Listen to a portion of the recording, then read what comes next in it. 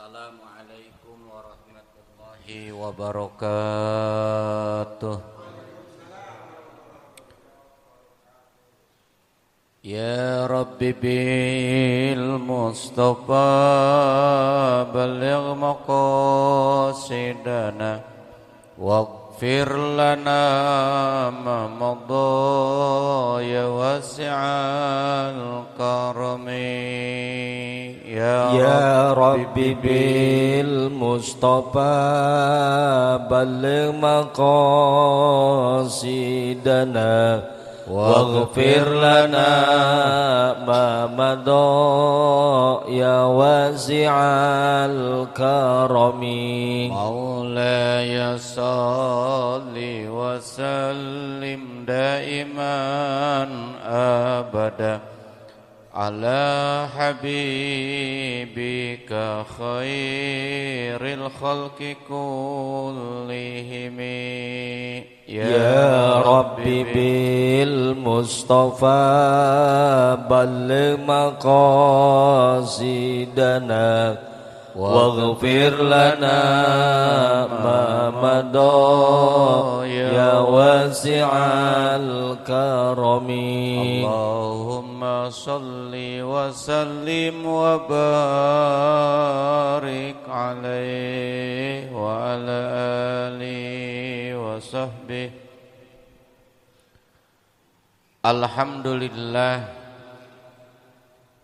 Alhamdulillahilladzi ayyadal Islam bitta'allumi wat ta'lim. Asyhadu an la ilaha illallah wahdahu la syarikalah al-malikul haqqul mubin. Wa asyhadu anna sayyidana wa nabiyyana Muhammadan abduhu wa rasuluhu shadiqul wa'dil amin. Allahumma fasalli wa sallim wa barik ala sayyidina Muhammadin wa ala alihi wa ashabihi wa man tabi'ahu wa jama'atahu min yaumi hadza wa ila yaumiddin. Bismillahi masyaallah la yasuqul khaira illallah. Bismillahi masyaallah la yasrifu su'a illallah. Bismillahi masyaallah ma kana min ni'matin faminallah. Bismillahi masyaallah la haula wala quwwata illa billahil aliyyil adim. Al-mukarramun segenap para alim ulama, para sepuh, para pinisepuh, bapak-bapak, ibu-ibu, jamaah taklim, majelis taklim Musholla Al-Azhar. Moga-moga kita semua diberikan sehat walafiat. Moga-moga kita semua selalu diberikan perlindungan, penjagaan dari Allah Subhanahu wa ta'ala. Allah mudahkan setiap perkara-perkara kita. Allah mudahkan setiap urusan-urusan kita. Allah jembarkan rezeki kita dengan limpahan rezeki yang banyak, yang halal, yang barokah. Amin ya rabbal. Bil khusus guru kita yang mulia Bapak Kiai Haji Abdul Muhdi Al-Ansori, yang malam hari ini beliau sedang dalam perjalanan menuju kampung halaman Cirebon. Mari kita doakan mudah-mudahan beliau diberikan keselamatan sampai di tempat tujuan, pulang dan pergi dalam keadaan sehat walafiat. MC kita Saudara Ustadz Yono yang saya hormati, jamaah kita yang hadir, Bapak Ustadz Awe, Pak siapa namanya? Sampean siapa namanya? Pak Jaya, yang saya hormati Pak Slamet, orang tua kita. Alhamdulillah guru kita Al-Mukarram Bapak Ustadz Bukhari, juga yang saya hormati Bang Ali. Alhamdulillah juga sehat walafiat. Bapak Haji Jono, Pak Nawawi, Pak Haji Raspan, Bapak Ustadz Joko, alhamdulillah yang saya hormati juga mudah-mudahan sehat walafiat panjang umur, serta saudara kita siapa sampean? Umar, Bapak Umar, serta admin kita yang alhamdulillah selalu menyiarkan dan merekam kegiatan ini di Sporty, mudah-mudahan juga sehat walafiat insyaallah. Judul ngaji malam hari ini adalah pesan daripada Sayyidina Ali karramallahu wajhah. Mudah-mudahan pesan ini, pesan yang disampaikan oleh Sayyidina Ali karramallahu wajhah ini betul-betul menjadi bekal kita hidup di dunia untuk menyambut dan menyongsong kehidupan abadi di akhirat kelak nanti. Amin ya rabbal. Makanya bersyukur alhamdulillah. Kata orang Betawi pernah bilang ke keranji, mari ke keranji, di keranji kita minum jamu. Mengaji, mari kita selalu mengaji, insyaallah dengan mengaji kita dapat ilmu. Jamaah yang dimuliakan Allah, satu waktu Sayyidina Ali karramallahu wajhah, beliau memberikan sebuah nasihat. Nasihat itu amat sangat indah sekali. Di antara nasihat-nasihat Sayyidina Ali itu ada 3 nasihat. Salah satu nasihat min Ali karramallahu wajhah. 3 nasihat yang diberikan oleh Sayyidina Ali karramallahu wajhah. Apa nasihat yang pertama dari Sayyidina Ali karramallahu wajhah itu? Kata Sayyidina Ali, min na'imid dunya yakfika al-islamu nikmatan. Nasihat yang pertama dari Sayyidina Ali, dari semua nikmat-nikmat yang Allah berikan kepada kita, dari semua nikmat-nikmat yang Allah berikan kepada kita, sehingga andaikan kita mau menghitung-hitung itu nikmat yang Allah berikan kepada kita, Al-Quran sudah memberikan sebuah jawaban, wa in ta'uddu nikmatallahi la tuhsuha. Sekiranya kalian semua mau menghitung-hitung nikmat Allah, la tuhsuha, pasti tidak akan pernah dapat menghitungnya. Betul apa betul? Maka dalam ayat yang lain dikatakan, fabi ayyi ala'i rabbikuma tukadziban. Maka nikmat Tuhan kamu manakah yang kamu dustakan?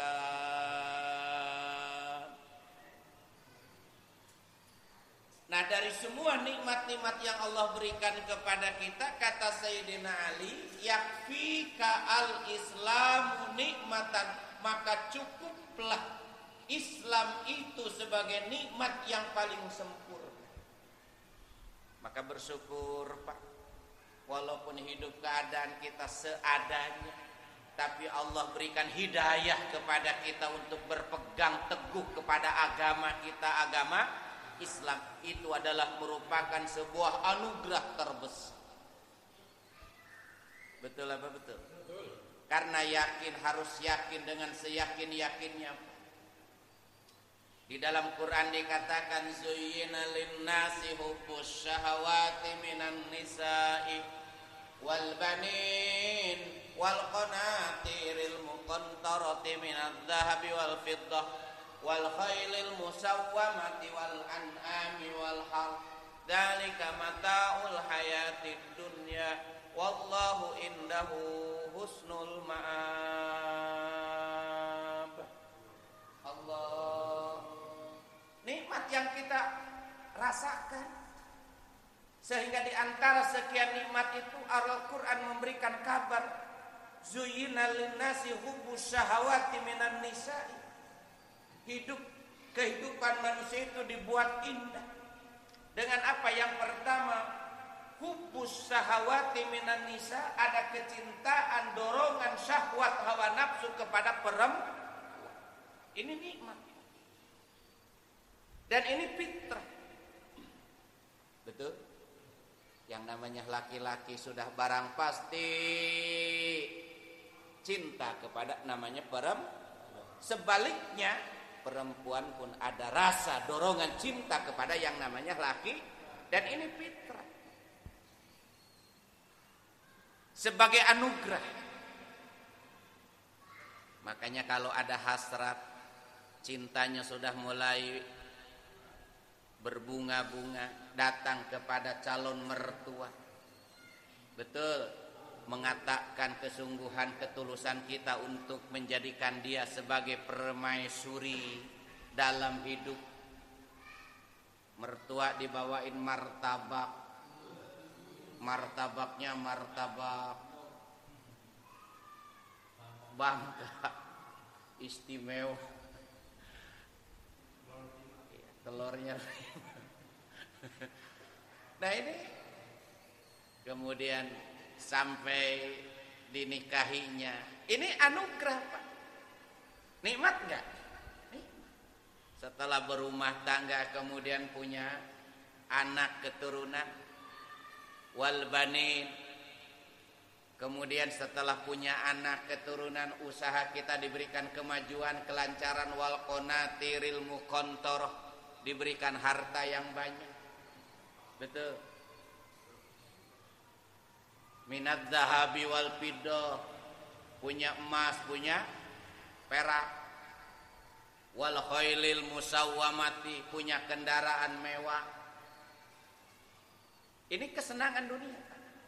Wal an'ami, punya hewan ternak.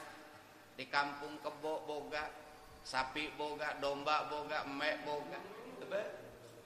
Wal an'am wal hars, punya ladang, punya kebun, uplak-aplak, bon sampe.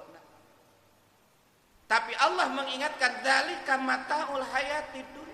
Itu hanya sekedar kesenangan-kesenangan dunia. Jangan terpesona. Karena dunia hanya sebentar. Dunia sementara. Sementara akhirat selama-lamanya. Walal akhiratu khairul laka minar, kehidupan akhirat itu lebih baik untukmu daripada kehidupan dunia. Alhamdulillah. Ahlan wa sahlan Bapak Haji Teriosos ini Pak Haji. Tua Masjid Jami Rofiul Alam, mudah-mudahan berkah, panjang umur, sehat walafiat. Insya Allah ke Keranji, ayo ke Keranji, dari Keranji langsung ke Ciledug mengaji. Ayo kita mengaji, habis ngaji makan nasi. Ke Keranji, yo ke Keranji, dari Keranji ke Ciledug mengaji, ayo mengaji. Habis ngaji nasi uduk, insya. Nah, itu mah jangan dihilangin nasi uduk, tradisi. Ini ngaji mau nasi uduk ini. Lanjut. Nah, betul apa betul? Walal akhiratu khairul laka minan. Kehidupan akhirat itu jauh lebih penting, jauh lebih baik daripada kehidupan dunia.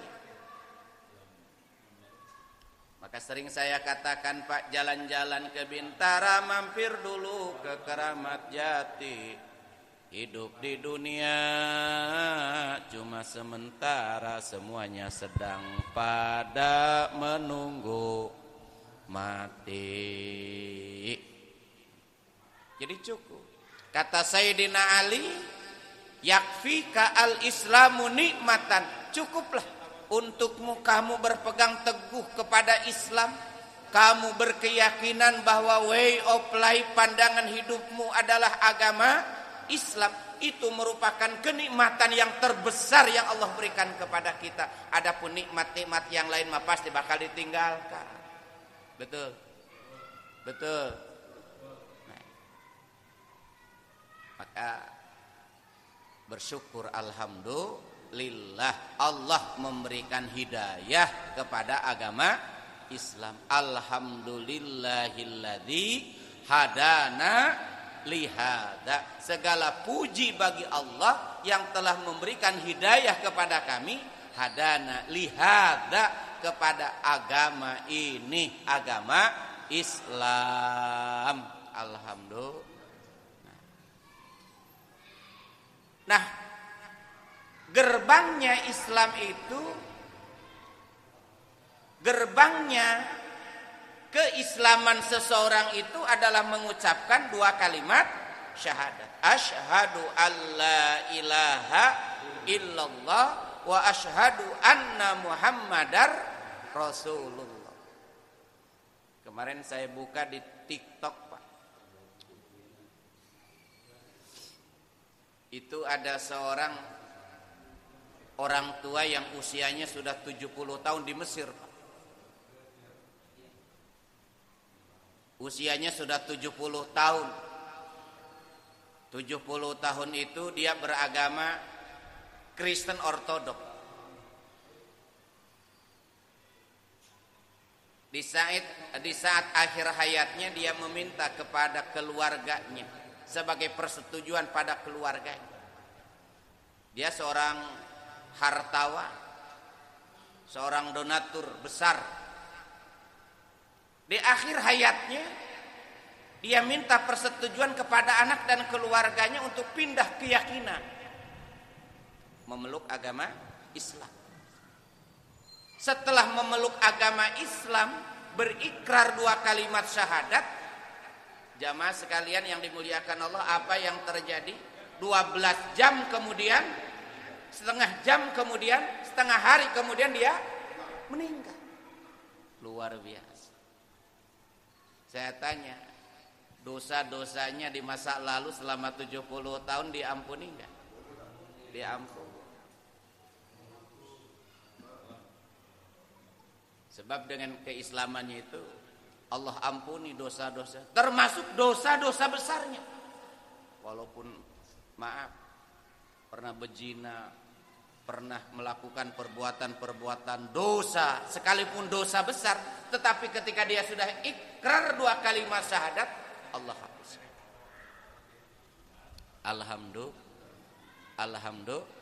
Alhamdulillah. Maka dosa-dosa yang lalu diampuni dengan keberkahan daripada mengucapkan dua kalimat syahadat. Maka di sini pun saya sampaikan dalam kitab namanya Kitab Al-Usfuriyah. Di hadis yang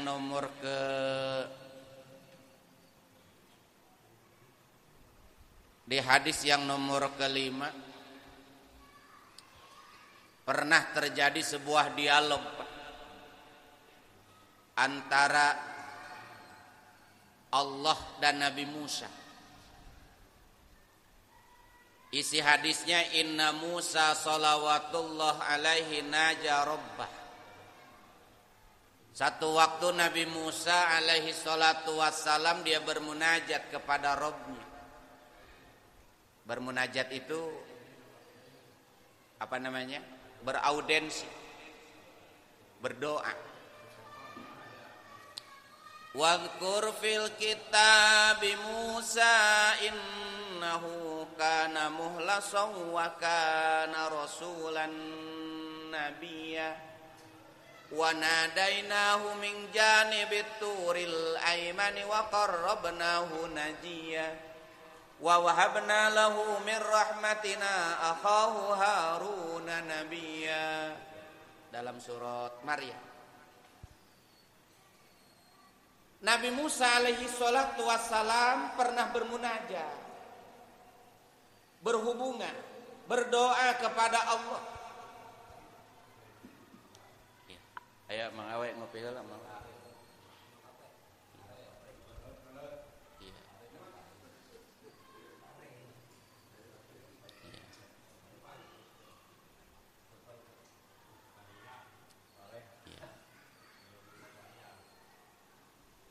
Buah kecapi daun katuk, ngopi biar enggak.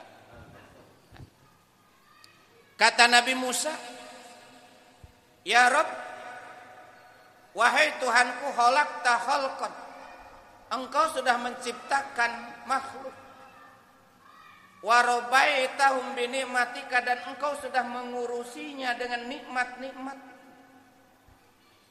Engkau sudah menciptakan makhluk-makhluk, engkau pula sudah menyempurnakan dengan nikmat-nikmatmu. Wa rizqika, juga engkau telah memberikan rezekimu.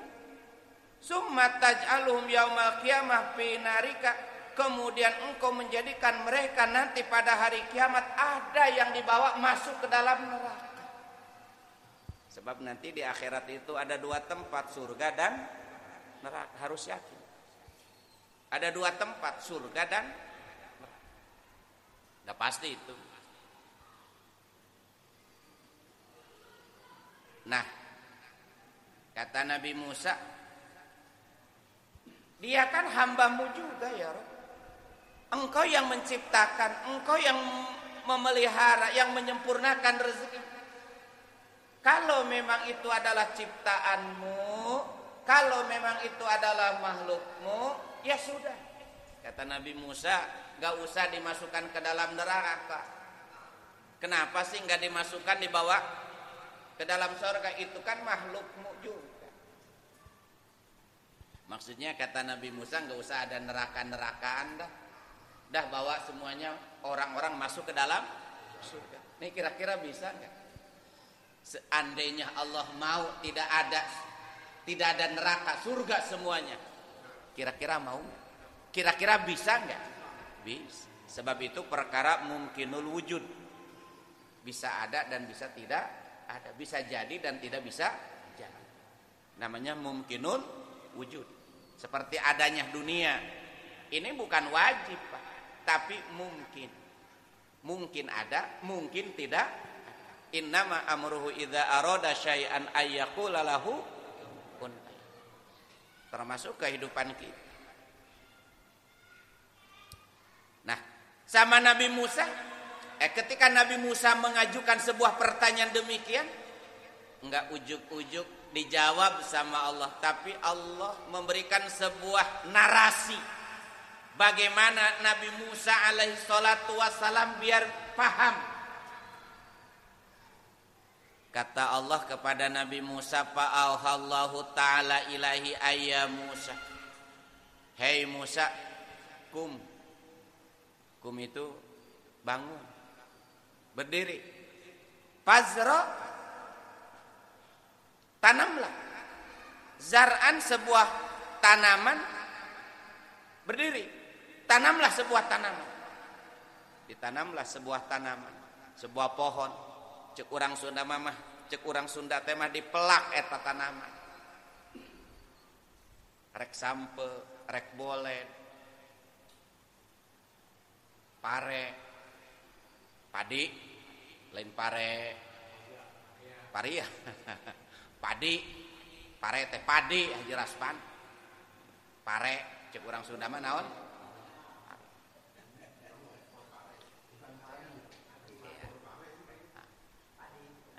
Rek ngalah pare cenah ka sawah. Rek ngalah pare di sawah. Enggak ada pare nama nu aya padi. Mana parenya enggak ada.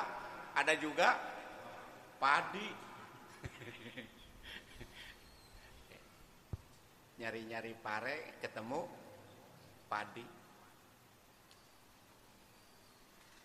Allah katakan kepada Nabi Musa, "Hai Musa, kum fazra." Berdiri, tanamlah. Fazara'ahu wasaqahu, kemudian Nabi Musa alaihi salatu wassalam menanam pohon. Setelah ditanam itu pohon, wasaqahu, kemudian dia menyiramnya, dirawat. Wa qauma alaihi hatta hasadahu wadasahu, sehingga datang masanya Nabi Musa alaihi salam memanen, wadasahu, dan membuangnya. Jadi kalau umpamanya padi Pak, padi itu dari mulai penyebaran bibit benih di tempat pembibitan, penyemaian. Nah, kemudian setelah tumbuh kemudian ditandur, Pak, disebarin. Tandur itu tanam sambil mundur. Tandur itu artinya tanam sambil, nggak ada orang tandur ke depan. Tandur mah di mana-mana. Tandur mah di mana-mana mundur. Namanya juga tandur, tanam sambil.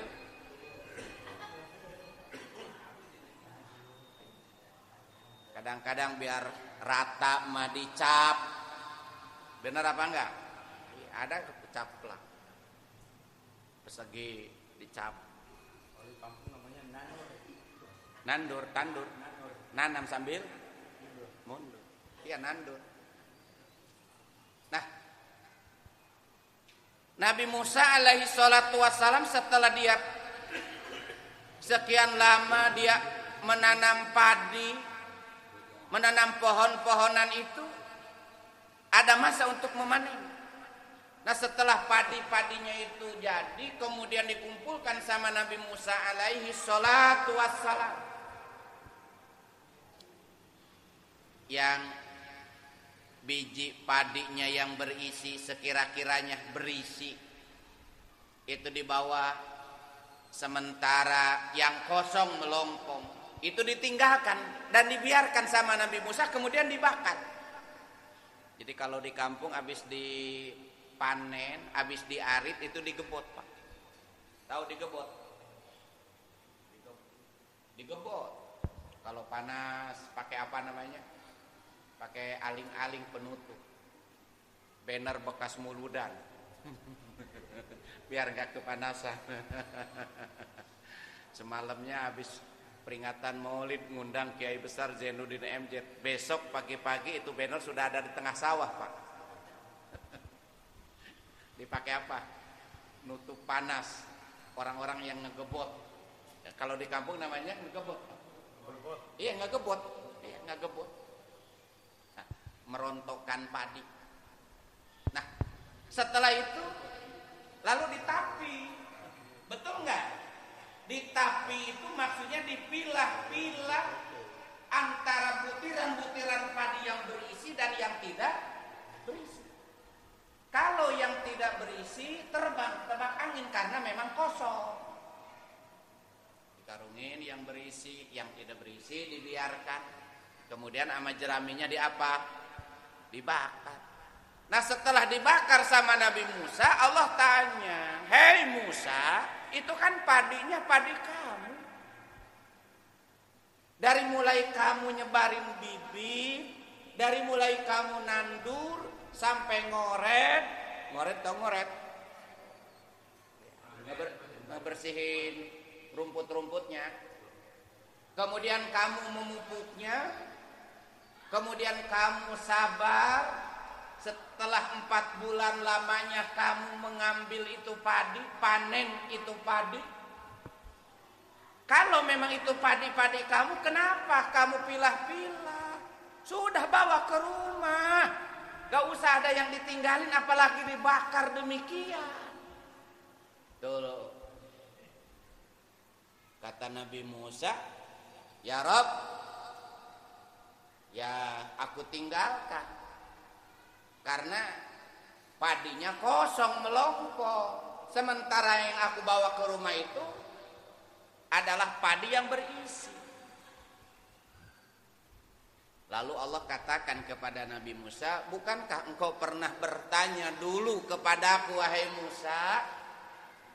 Aku yang menciptakan semua makhluk, tapi ada yang dimasukkan ke dalam surga, ada pula yang dimasukkan ke dalam neraka. Yang dimasukkan ke dalam surga itu ibarat kata biji padi yang berisi. Sementara orang yang dimasukkan ke dalam neraka itu ibarat kata biji padi tapi kosong. Makanya aku tinggalkan dia dan aku bakar di dalam neraka." Nah, Lalu kata Nabi Musa, yang membedakan isi dan kosongnya apa? Nah ini, yang membedakan manusia itu isi dan kosongnya itu apa ya Allah? Kata Allah, hei Musa, orang yang mengucapkan 2 kalimat syahadat, dia itu adalah ibarat kata biji padi yang berisi. Dan orang yang enggan mengucapkan 2 kalimat syahadat, itu adalah orang ibarat kata biji padi yang kosong melompong. Maka orang yang mengikrarkan 2 kalimat syahadat, saya bawa masuk ke dalam sorga. Sementara orang yang enggan mengucapkan 2 kalimat syahadat, aku biarkan dia dan aku bakar di dalam neraka. Kan begitu. Bukan berarti apa namanya, Allah tidak berbuat Rahman dan Rahim, tapi dia enggan untuk mengucapkan 2 kalimat syahadat. Maka kita bersyukur, Pak. Di antara apa namanya, nikmat yang Allah berikan kepada kita adalah nikmat iman, nikmat Islam. Maka kata Sayyidina Ali, tamamun nikmat al-mautu ala dinil Islam. Sesempurna-sempurnanya kenikmatan adalah mati dalam keadaan agama Islam. Bersyukur, Pak. Ya Allah biha, ya Allah biha, ya Allah bihusnil. Karena hidayatul iman, hidayatul Islam itu hak prerogatif siapa? Prerogatif Allah. Betul. Kita 14 abad dengan Rasulullah, rentang waktu yang begitu panjang. Bahkan kita belum pernah melihat wajahnya Rasulullah, tapi Allah takdirkan kita sebagai orang yang beriman kepada Allah dan juga percaya kepada Rasulullah sallallahu alaihi wasallam. Padahal kita, tapi walaupun orang sehidup sezaman dengan Rasulullah sallallahu alaihi wasallam, tapi kalau Allah tidak berkenan memberikan hidayah, Allah tidak berkenan memberikan taufik kepada orang tersebut, walaupun hidup bersama Rasulullah sallallahu alaihi wasallam pun tidak mungkin untuk dapat hidayah Allah Subhanahu wa ta'ala. Contohnya siapa? Abu Lahab, pamannya sendiri. Sampai dikatakan dalam Al-Qur'an, tabbat yada abi lahabi wa tab ma agna anhu maluhu wa ma kasab. Saya selana rongda talahabi wa mura'atuhu hammalatal hatab bi jidiha hablum mimmas. Padahal itu asli pamannya sendiri. Satu lagi, Abu Thalib.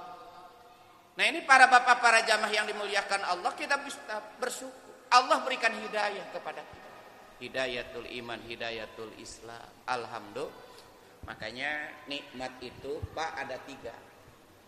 Dikit lagi ngajinya.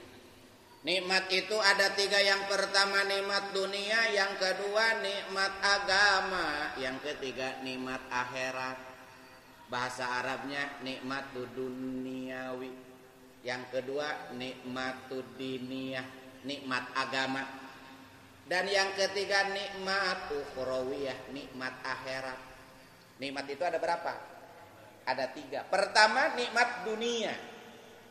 Nikmat dunia yang tadi itu. Nikmat dunia itu yang tadi itu. Harta banyak, badan sehat, jabatan tinggi, bini cakep, anak pada nurut-nurut, rumah bertingkat, mobil glamor, duit loba, awak sehat, bini lebih daripada 1. Nikmat apa itu? Nikmat apa itu? Dunia. Jujur, Pak. Seneng gak kira-kira tuh kayak begitu tuh? Duit loba, emas perak loba, harta kekayaannya banyak tuh. Tanah uplak-aplak di mana-mana tuh. Nah itu nikmat apa? Dunia. Yang kedua, ada nikmat agama. Nikmat agama itu apa? Bisa ngaji, bisa sholat berjamaah, walaupun capek, datang ke pengajian. Itu nikmat. Nikmatnya nikmat agama. bisa bersedekah. Itu nikmat agama. Dan yang ketiga ada nikmat ukhrawiyah, nikmat akhirat. Pertama, wafat dalam keadaan husnul khotimah, wafat dalam keadaan bisa bertaubat, selamat di dalam kuburnya, selamat waktu dibangkitkan dari alam kuburnya, selamat di alam mahsyarnya, selamat di mizan, selamat di hisaban, selamat menjembatan jembatan Shiratal. Itu nikmatnya nikmat ukhrawi. Maka para jamaah yang dimuliakan Allah, fabi ayyi ala'i rabbikuma tukadziban, maka nikmat Tuhan kamu manakah yang kamu dusta? Makanya bersyukur alhamdulillah.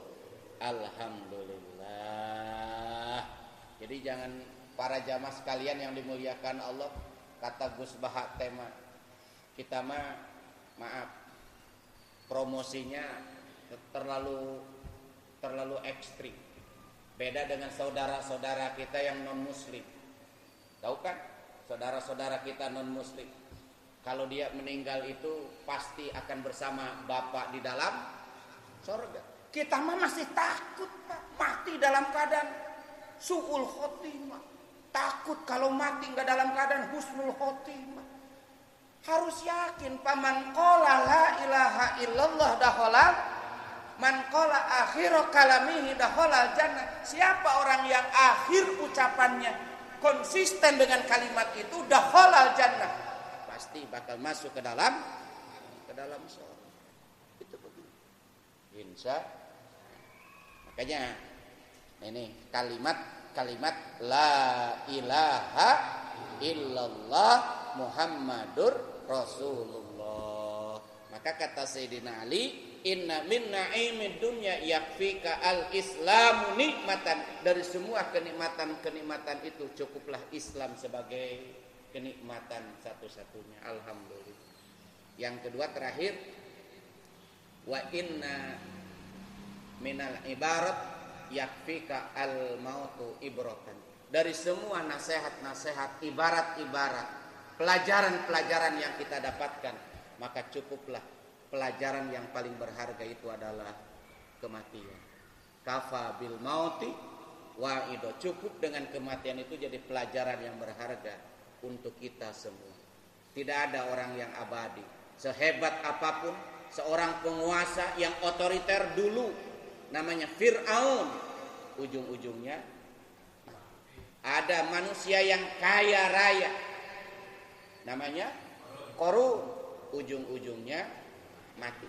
Ada seorang ilmuwan yang memiliki kejembaran ilmunya di zaman Fir'aun, namanya Haman, ujung-ujungnya mati. Maka para jamaah yang dimuliakan Allah, belajar daripada ini semuanya. Nasihat yang paling bijak itu adalah tentang kematian. Artinya apa? Kita mesti sadar kehidupan dunia cuma sebentar dan sementara waktu. Maka mesti kita persiapkan perbekalan kita untuk perjalanan ke akhirat. Insya Allah perjalanan kita ini masih panjang. Kita akan melewati alam kubur, kita akan melewati alam mahsyar, kita akan melewati mizan, kita akan melewati hisab, kita akan melewati jembatan Shiratal Mustaqim. Perjalanan kita masih jauh, panjang dan melelahkan. Mudah-mudahan kita bisa dapat mempersiapkan untuk kehidupan yang abadi. Insya Allah. Oke, barangkali ada yang mau bertanya, silakan. Yang pertama, kalau tadi kan disampaikan kalau dia masuk Islam maka hapus tuh. Betul. Tapi ketika dia murtad kemudian masuk lagi, apakah dosa-dosanya tidak hilang? Yang pertama. Yang kedua, tadi dibilang kalau agama lain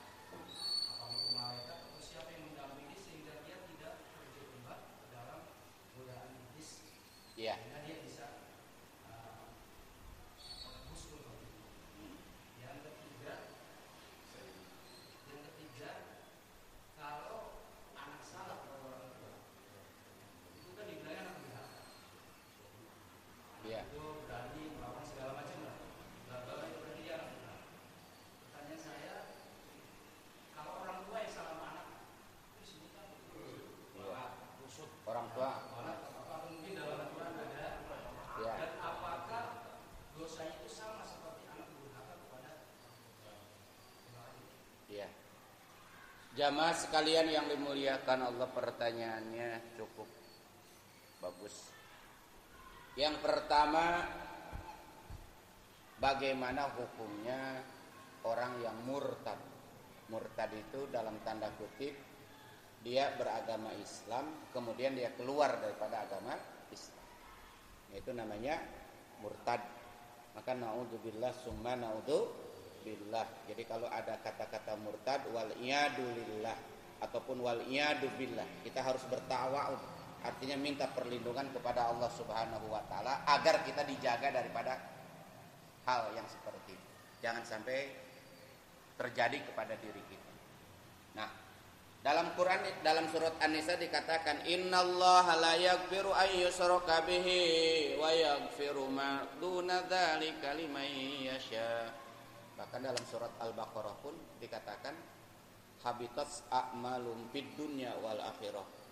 Resiko orang yang murtad itu karena termasuk kategori orang syirik, maka dosa-dosanya orang syirik itu tidak akan diampuni. Tidak akan diampuni kalau terbawa mati.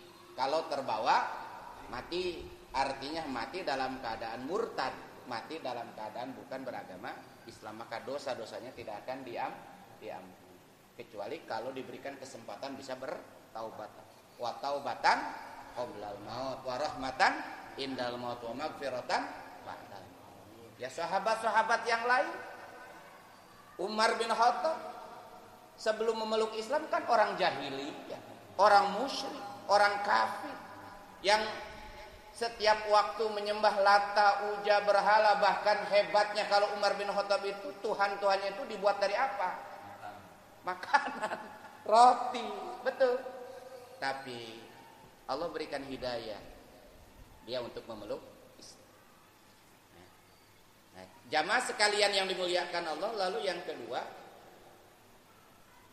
apa yang kedua?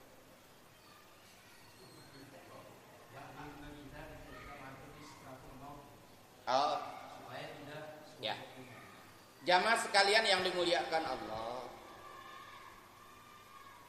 di akhir sakaratul maut itu dalam kitab At-Tadhkirah, Mukhtasar At-Tadhkirah, itu di saat sakaratul maut orang itu digoda. Datang sebelah kanan ada iblis ataupun setan menjelma seorang bapak. Dia berkata, wahai anakku, inilah bapakmu yang sudah bekerja keras memberikan kasih sayang kepadamu. Bapak seperti itu dia mengatakan seperti itu. Kalau memang kamu sayang kepada bapak, pilihlah agama yang memang disukai bapak. Bapak memilih Yahudi, maka kamu harus ikut agama Yahudi. Datang lagi ke arah sebelah kiri. Si setan itu menjelma sebagai ibunya. Dan ibunya pun berkata lirih, nah aku adalah ibumu, padahal kalau kamu sayang dengan ibumu, maka kamu beragamalah seperti agama ibu. Naudzubillah summa naudzubillah, agama Nasrani. Maka jamaah yang dimuliakan Allah, maka Nabi mengajarkan laqinu mautakum la ilaha illallah. Maka ajarkan laqinu mautakum kepada orang-orang yang akan mati.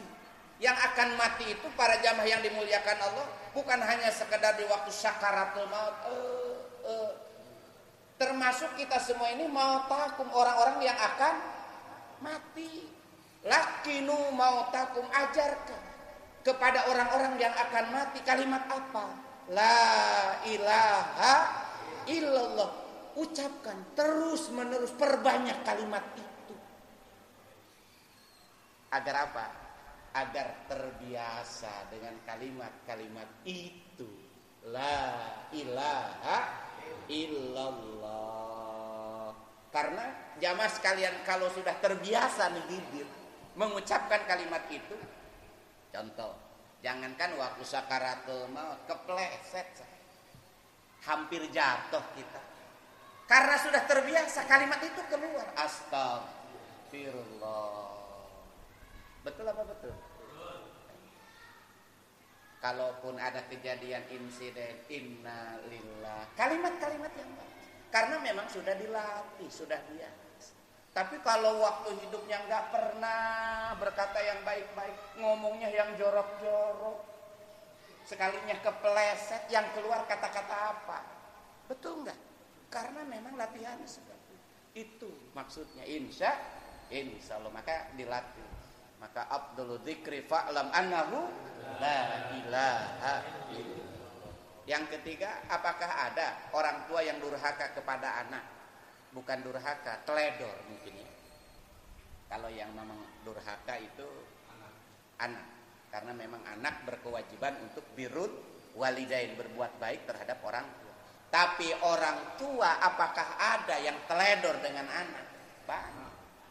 Bahkan dalam Al-Quran dikatakan, ya ayyuhalladzina amanu qu anfusakum wa ahlikum nara. Wahai orang-orang yang beriman, jagalah dirimu dan juga ahlimu. Siapa ahli itu?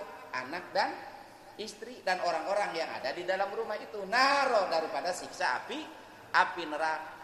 Maka kalau ibarat kata rumah mau kebakaran, para jamaah yang dimuliakan Allah, ketika api sudah mulai besar, maka kita pasti akan membopong anak-anak kita, membangunkan istri kita, membangunkan orang-orang yang ada di dalam rumah kita, biar selamat ketika rumah kita kebakaran.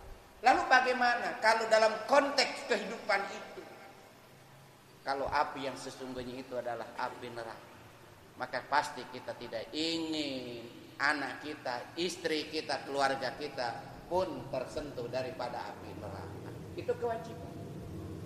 Maka dalam ayat yang lain dikatakan, ya ayyuhalladzina amanu la tulhikum amwalukum wa auladukum an dzikrillah. Wahai orang-orang yang beriman, janganlah hartamu, anak-anakmu melalaikan kamu daripada dzikrullah, ibadah kepada Allah. Jadi para jamaah sekalian yang dimuliakan Allah, jadi kalaupun toh ada orang tua yang membiarkan anaknya, itu namanya mungkin disebut dengan orang tua yang lalai, membiarkan anak-anaknya. Dengan kata lain, dayus, membiarkan anaknya dalam keadaan durhaka kepada Allah Subhanahu wa ta'ala. Apakah sama dosanya para jamaah sekalian yang dimuliakan Allah? Kalau urusan dosa, para jamaah yang dimuliakan Allah, sama-sama dua-duanya teledor.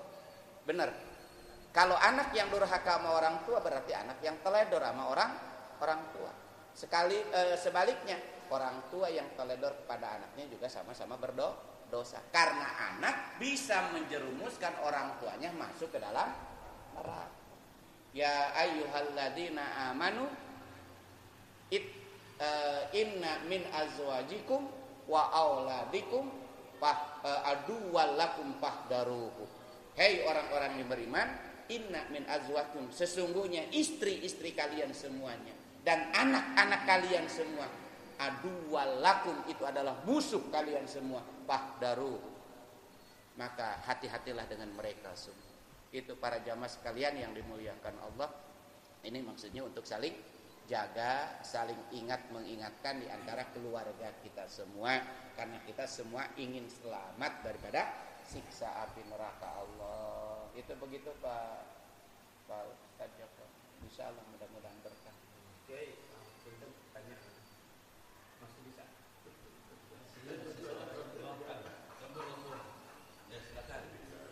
Tadi menarik pertanyaan yang kedua, ketika saat seseorang sakaratul maut, lalu tiba-tiba ada setan iblis menyerupai ayahnya sebelah kanan, istrinya sebelah kiri. Ada nggak pembanding atau mungkin malaikat juga turun pada saat itu untuk ya menjaga dari godaan itu? Biasanya katanya kalau sebelah kanan mungkin yang baik-baik malaikat, sebelah kiri iblis. Kira-kira seperti apa? Iya. Sekali lagi itu ditulis dalam kitab Mukhtasar Al-Qurtubi ataupun kitab namanya At-Tadhkirah, dan saya ada baca kitabnya. Itu para bapak, para jamaah yang dimuliakan Allah, permasalahan itu artinya sebagai kewaspadaan kita di saat-saat sakaratul sakaratul maut. Makanya didorong biar selamat daripada apa? Bisikan-bisikan setan kanan kiri itu, dengan kita meniupkan ataupun apa? Menompokkan kata-kata kalimat tauhid la ilaha illallah.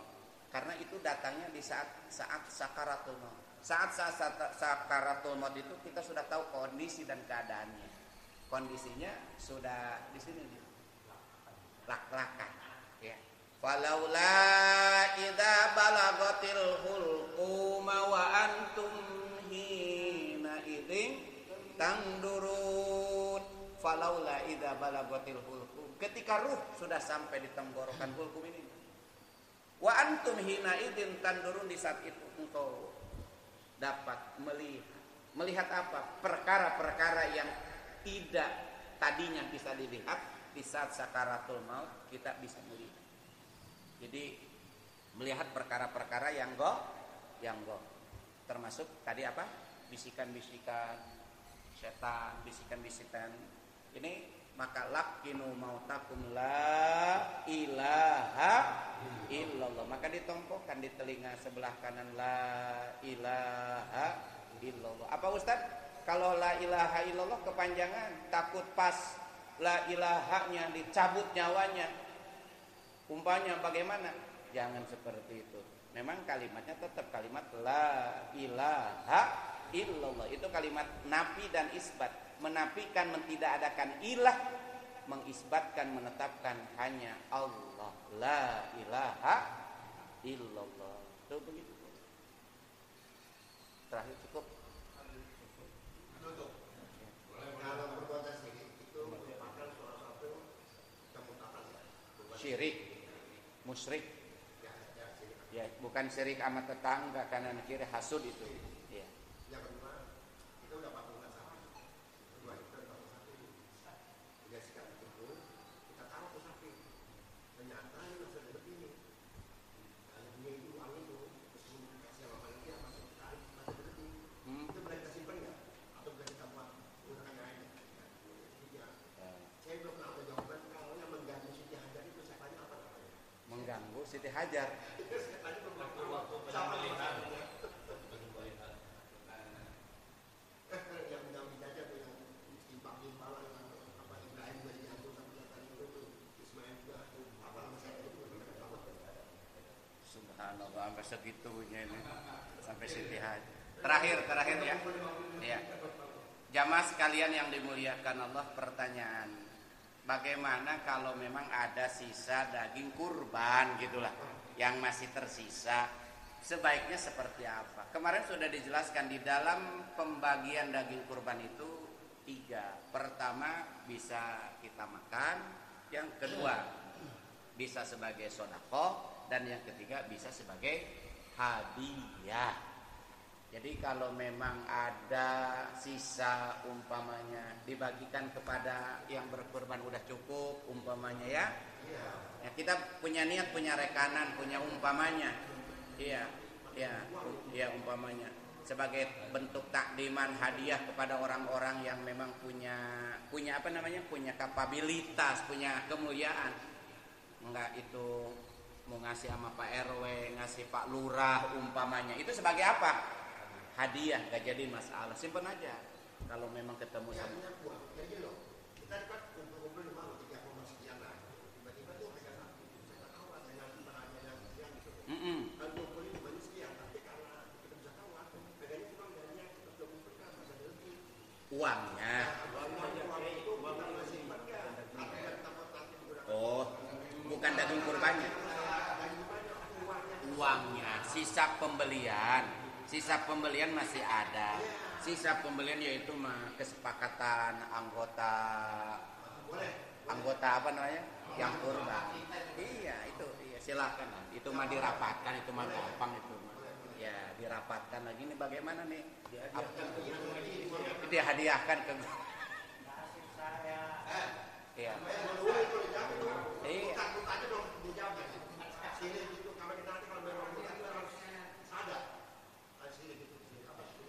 Iya syirik. Iya buru-buru. Kalau orang yang sudah jatuh kepada kemurtadan, maka buru-buru diperintahkan oleh agama untuk mengucapkan kembali 2 kalimat syahadat. Orang yang sudah jatuh kepada kemurtadan diperintahkan untuk buru-buru. Iya, maksudnya orang murtad itu yang tadi keluar Islam itu diperintahkan oleh amir ataupun pemerintah, oleh agama itu buru-buru kembali kepada. Ya syirik itu maksudnya orang-orang musyrik, orang-orang kafir. Tapi orang Islam tapi perbuatannya dia menyembah. Ya itu syirik, itu namanya syirik. Dah.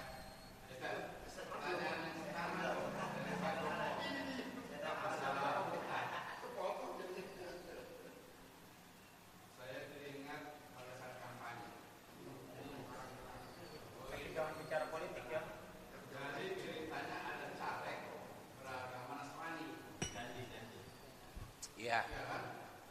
Didukung oleh orang-orang Islam.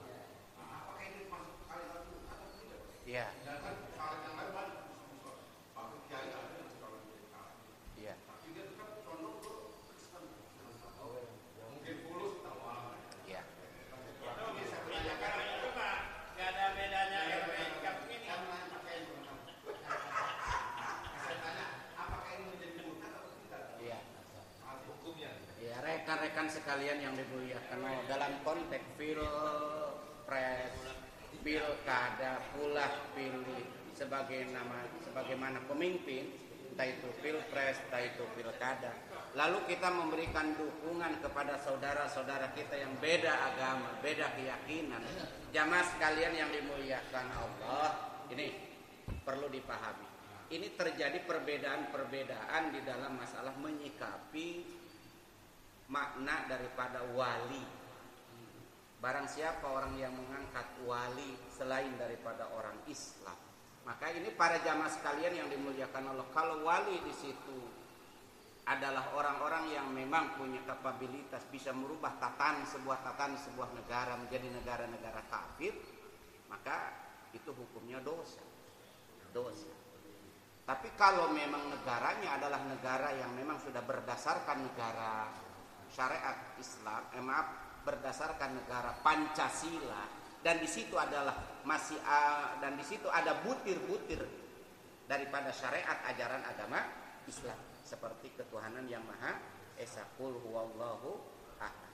Yang kedua, kemanusiaan yang adil dan beradab, dan yang ketiga, persatuan Indonesia. Itu butir-butir itu daripada agama, daripada Al-Qur'an. Jadi selama pemimpin itu masih loyal kepada Pancasila, NKRI harga mati, maka itu hanya sebagai sekup di bidang kepemerintahan dan tidak bisa dikatakan murtad. Tapi kalau sudah menjurus kepada masalah keyakinan, akidah, ya, dia ke gereja, kita ikut-ikutan ke gereja, dia ibadah, kita ikut-ikutan ibadah, seperti itu, maka rekan-rekan kalian yang dimuliakan Allah, itu jelas lakum dinukum waliyadin. Silahkan Tuhan menjalankan agama Tuhan dan kami menjalankan agama kami. Jadi ini dalam payung koridor atap Pancasila dan NKRI, walaupun yang dipilih itu beda keyakinan, beda agama, seperti itu. Ya.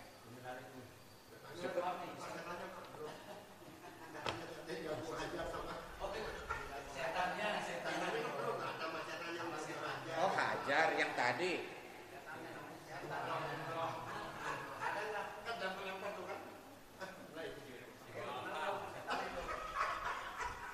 Ya.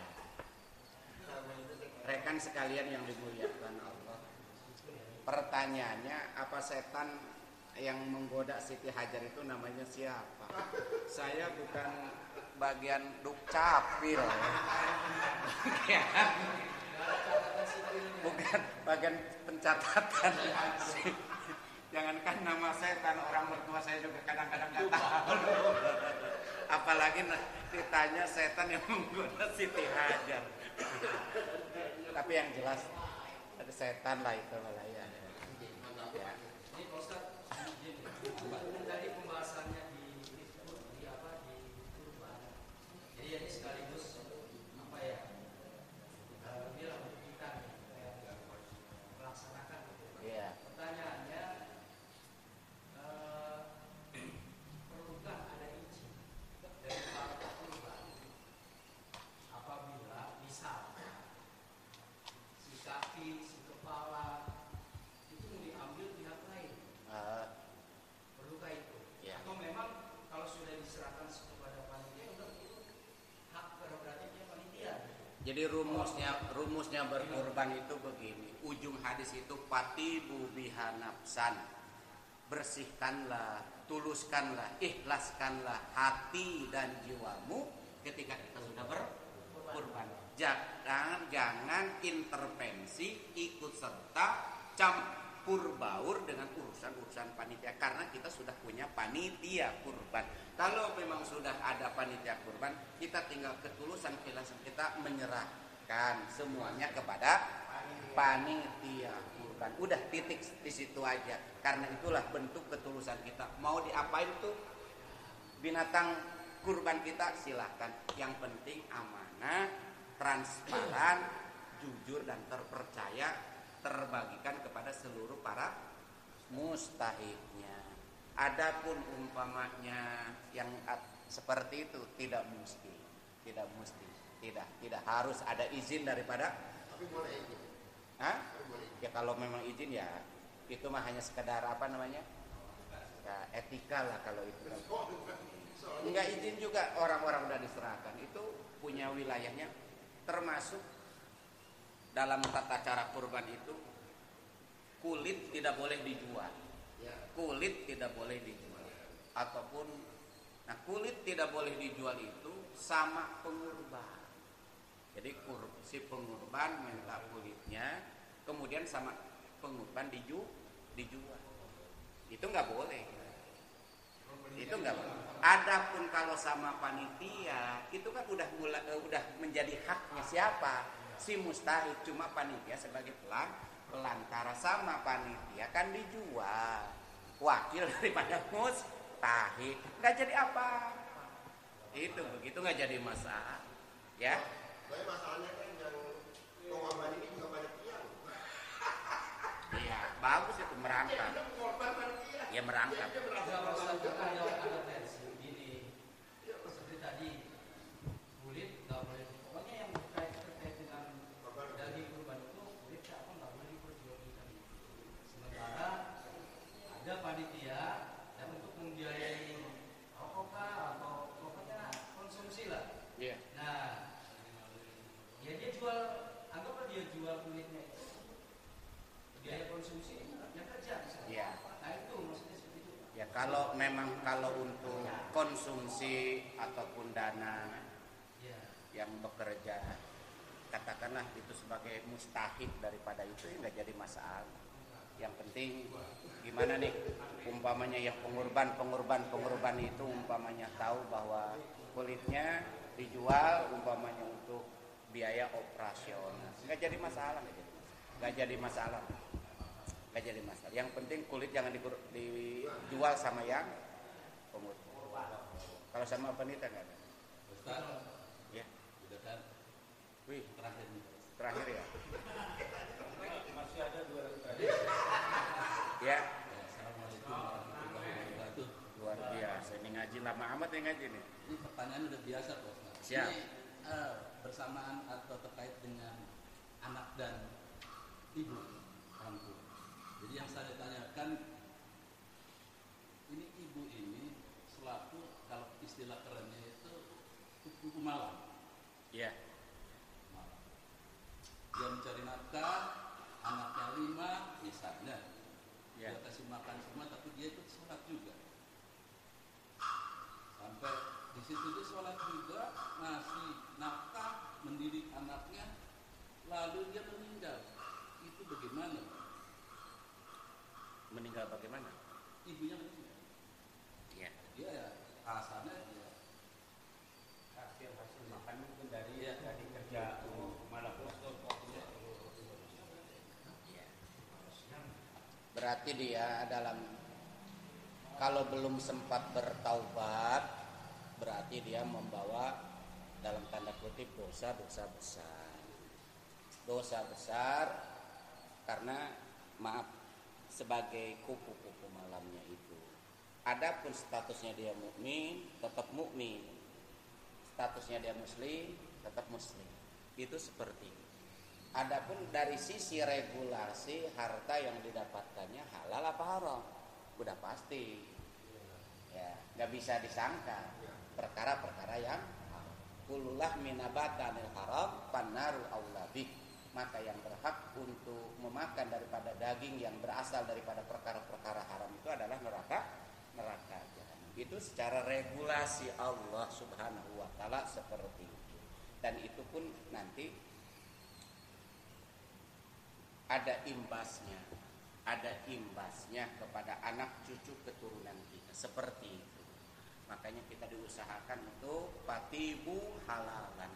Carilah utlubu halal. Carilah rezeki itu dengan cara-cara yang halal seperti itu. Allah kan sudah memberikan pemikiran otak kepada kita untuk membedakan mana yang baik dan yang tidak baik seperti itu. Begitu. Tetap adalah istilah yang sering diayat Ustaz ceramah. Anjing dikasih minum sama seorang pastor.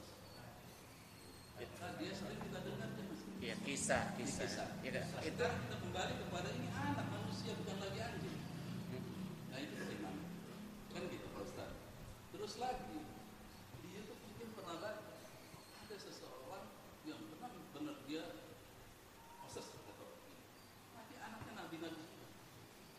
Ya, sekarang bagaimana itu adanya? Ya, kisah yang disebutkan dalam hadis tersebut seorang wanita kupu-kupu malam yang memberikan minum kepada seekor anjing kemudian matinya dalam keadaan ampunan Allah. Ini satu cerita, satu kisah sebagai gambaran betapa murahnya rahmat Allah Subhanahu wa taala. Artinya kalau memang Allah mau mengampuni seseorang itu kan kembali pada hak prerogatif Allah. Sebesar apapun dosa manusia yang kita lakukan, tapi kalau Allah berhak untuk mengampuninya, nggak tahu si fulan bagaimana dia waktu hidupnya, Allah ampuni, sudah Allah ampuni. Makanya ya arhamar rahimin, ya arham, doanya kan begitu.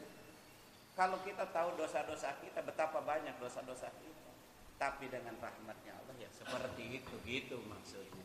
Tapi kalau yang tadi regulasi masalah dosa tetap famay ya'mal misqala dzarratin khairan yara wa may ya'mal misqala dzarratin syarran. Itu regulasi aturan Allah. Tapi kalau yang punyanya kata Allah nggak usah pakai regulasi lah. Umpamanya orang perusahaan saya aturannya kalau masuk perusahaan itu lu daftar minimal pendidikannya apa. Itu kan regulasi. Tapi kalau kata yang punya perusahaannya, lu kan saudara gua kan nggak usah lah, udah masuk. Bisa nggak begitu? Itu surga juga demikian, gitu maksudnya. Kesalahan dampak dari kupu malam itu nggak bisa nyeret yang lain, Pak. Kenapa? Misalkan RW-nya, RW-nya misalnya tahu malam itu kan, Ya. bisa menyeret RW-nya. Nah itu dari saling watawasau bil haq watawasau bisa. Jadi kalau sudah diingatkan, sudah dinasehati, berarti sudah sampai dakwah kepada mereka. Tapi kalau dibiarkan berarti kita nggak sampai dakwah, gitu aja. Ya, makanya jadi pejabat itu jangan dianggap enaknya. Benar. Berglamor, naik mobil turun. Makanya kalau kita jadi RT itu tuntutannya masyarakat kalau kita jadi RW tuntutan masyarakatnya. Kalau kita jadi lurah masyarakatnya sekelurah berat.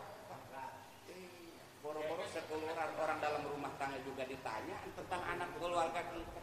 Ku anfusakum wa ahlikum kulukum ra'in wa kulukum mas'ulun. Terakhir. Ya, jadi akhirnya itu diserahkan kepada Allah ya. Iya. Urusan Pak Haji Triyoso setelah terakhir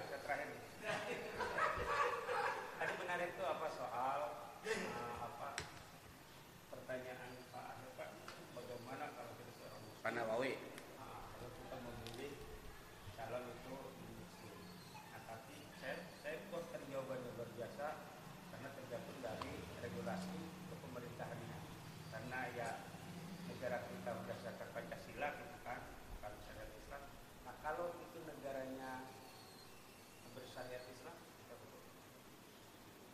Iya. Negara-negara yang bersyariatkan Islam itu seperti Aljazair, seperti Afghanistan, Arab Saudi, yaitu rekan-rekan sekalian yang dimuliakan Allah, itu tetap ada namanya perlindungan kepada orang-orang yang non muslim, namanya kafir dhimmi. Kafir dhimmi itu orang yang non muslim tapi tidak memberontak kepada pemerintahan Islam. Dan orang kafir dhimmi itu dilindungi dalam Islam. Dilindungi dalam Islam artinya diberikan hak bagaimana dia hidup untuk mendapatkan perlindungan suaka daripada orang-orang muslim.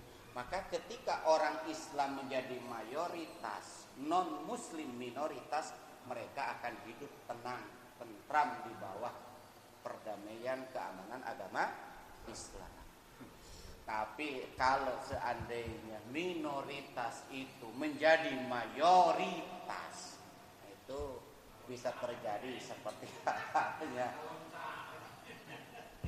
Nah itu rekan-rekan sekalian yang dimuliakan Allah, itu seperti itu.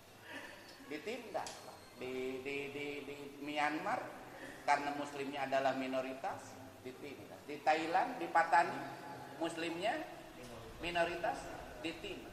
Di Uyghur, muslimnya minoritas, ditindak. Ya, itu seperti itu. Makanya kita bersyukur menjadi negara Indonesia yang mayoritas beragama Islam, walaupun baru kualitas belum sampai kuantitas belum sampai kepada kualitas. Dah cukup dah. Al-Fatihah. Alhamdulillahirabbil alamin arrahmanir rahim maliki yaumiddin iyyaka na'budu wa iyyaka nasta'in ihdinas siratal mustaqim siratal ladzina an'amta 'alaihim ghairil maghdubi 'alaihim waladdallin amin wa qana ya karim wa qana ya rahman irhamna ya arhamar rahimin irhamna ya arhamar rahimin irhamna ya arhamar rahimin ya dzal jalali wal ikram Allahumma shalli wa sallim wa barik ala sayidina Muhammad wa ala ali sayidina Muhammad fil awwalin wal akhirin wa radiyallahu tabaraka wa ta'ala an kulli sahabati rasulillahi ajmain. Allahumma ihtim lana bil iman wa ihtim lana bil islam wa ihtim lana bi husnil khatimah. Ya Allah biha ya Allah biha ya Allah bi husnil khatimah. Rabbana atina fid dunya hasanah wa fil akhirati hasanah wa qina adzabannar. Walhamdulillahi rabbil alamin. Terima kasih. Assalamualaikum warahmatullahi wabarakatuh.